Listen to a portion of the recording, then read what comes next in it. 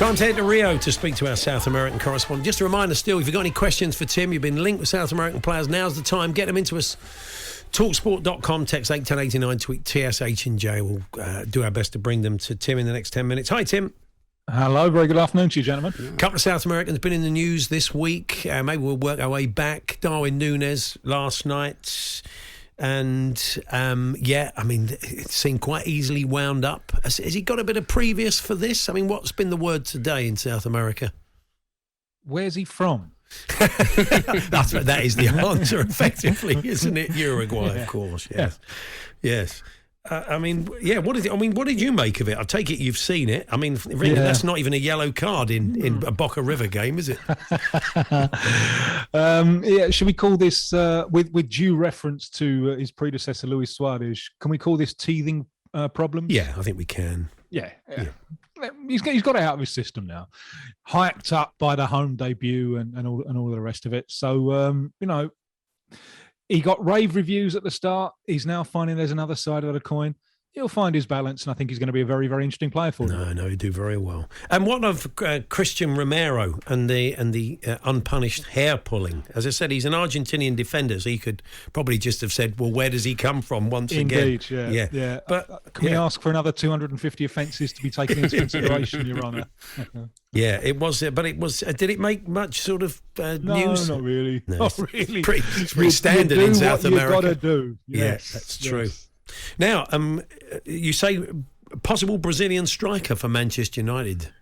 Yeah, Matheus Cunha, rangy centre forward, very good player. Who is in the Brazil squad. He's kind of on the fringes. He might be their choice for centre forward, although he hasn't scored a goal for them yet, which is seen as something of a problem. But he's a good player, rangy striker, mobile, versatile, got 2 feet on him, and they're going to have to pay a lot of money for him, though, I think, because this was going to be his season with Atletico Madrid. With Luis Suarez now gone, this was going to be the year that he steps up, that Matheus Cunha is the main man in their attack. So if United really want him, and they obviously have a deficiency in that area of the field, as long as in some other areas, then they're going to have to spend big money for him. My only worry for him is that in the state that United are at the moment, I think you really need big characters. And as it stands, I think Cunha is a little bit more promise than reality. He's had a wandering career through Switzerland and then Germany. He fell out with Nagelsmann at Leipzig before Hertha Berlin and now Atletico Madrid. And so far, it's a little bit more promise than reality. So, is he as a character? Would he be strong enough to step into a very, very difficult situation? The good omen for United fans is that he was born the day after the miracle of Barcelona. The 1999 Champions League final against Bayern Munich. He was kicking and a shoving to come into the world in time for that game, but just arrived a day later at the far post. Tottenham and Brighton showing an interest in an Ecuadorian left-back. From a Tottenham point of view, I mean, they've just signed Udogie and sent him back to Udinese for a season. They've got 2 down there. It'd be interesting, but tell us a bit more about him. Well, there's a Tottenham link anyway, because this is Pervis Estupiñán of Villarreal. And one of the reasons that Villarreal may well be willing to let this player go is that with the influx of cash, it makes it easier for them to register and pay for Lo Celso coming from Tottenham. Right. So there's a connection there. But a number of Premier League clubs have had a look. Nottingham Forest have had a look, and Brighton obviously have this Ecuadorian connection with Moisés Caicedo, the midfielder, who is really, really shining. And I have a huge amount of time for Pervis Estupiñán. A lot of the players coming out of Ecuador at the moment, they're very, very physically strong. They're beasts, and he is as well. He's a left back who's he really has a physical capacity to charge up and down that line, and he's got a nice left foot. When Spanish football hasn't really set him as free as the Ecuador national side do, where he's scored a number of goals for them.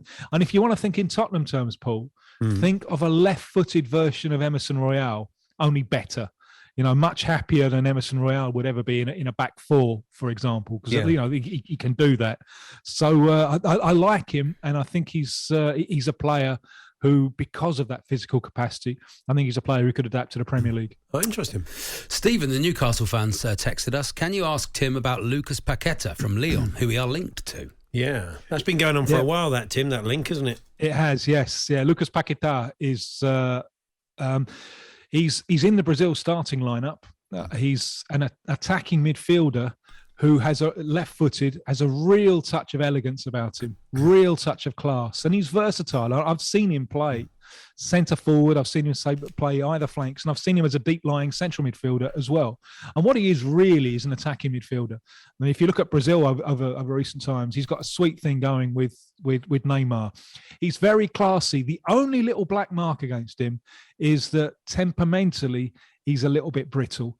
The name Paquetá, it's a nickname because he comes from an island. Just about, it's a lovely little boat ride out from where I'm speaking to you now in Rio, and the island of Paquetá. And it's an island that doesn't have any cars. And you would have thought that growing up in such a place would have given one a kind of calm disposition to face the world. But he can get riled up, and he can get a little bit petulant. I know Brazil's coach hauled him in to have a chat about this.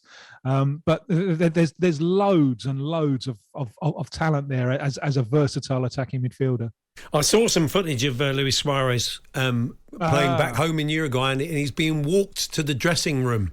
And I say dressing room, it's certainly not the new camp. It was like a shed. Liverpool. It was like it's Liverpool. It's Liverpool. The other Liverpool.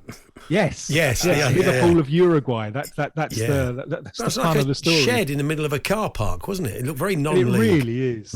And your pub side would probably demand better training facilities than that. And this is a Uruguayan First Division club, so the tiles falling off the wall and so on. And one of his teammates had the idea of filming this.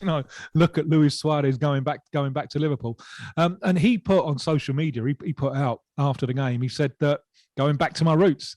So I think he's enjoying it, although I don't think he's going to be there for very long. His spell with Nacional, I think, is going to be up to the World Cup and then move on next year. If he doesn't get a nice bid in from Europe, I think he's going to head to the United States. Okay. Just a quick one on Willian. He's left Brazilian football. You say you think he could be heading to the Premier League as well? Well, he wants to.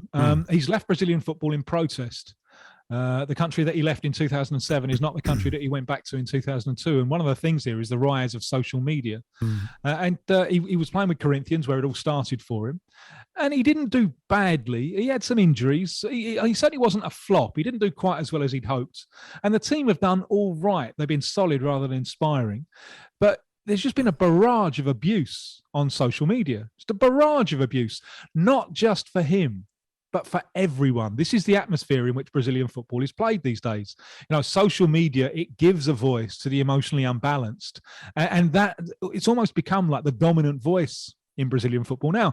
And Willian, he's just not used to it. The others in Brazilian football, they've almost accepted, that's what it is.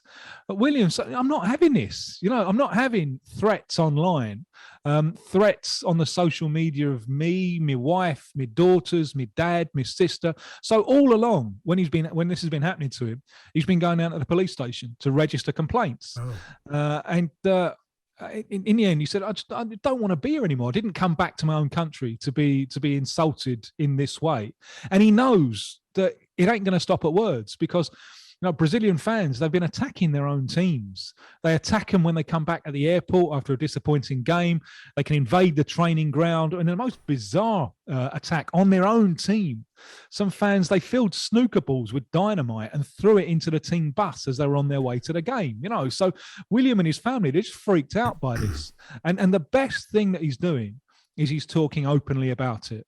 He's saying, look, we're normalising this behaviour, and even we're kind of romanticising it, saying, oh, this is just the passion of the supporter. This isn't passion of supporter. This is the act of the emotionally unbalanced. So all credit to him for being so sincere about it. And the reaction subsequently has proved why he's right, because the club president just shrugged his shoulders and said, yeah, he clearly hasn't adapted.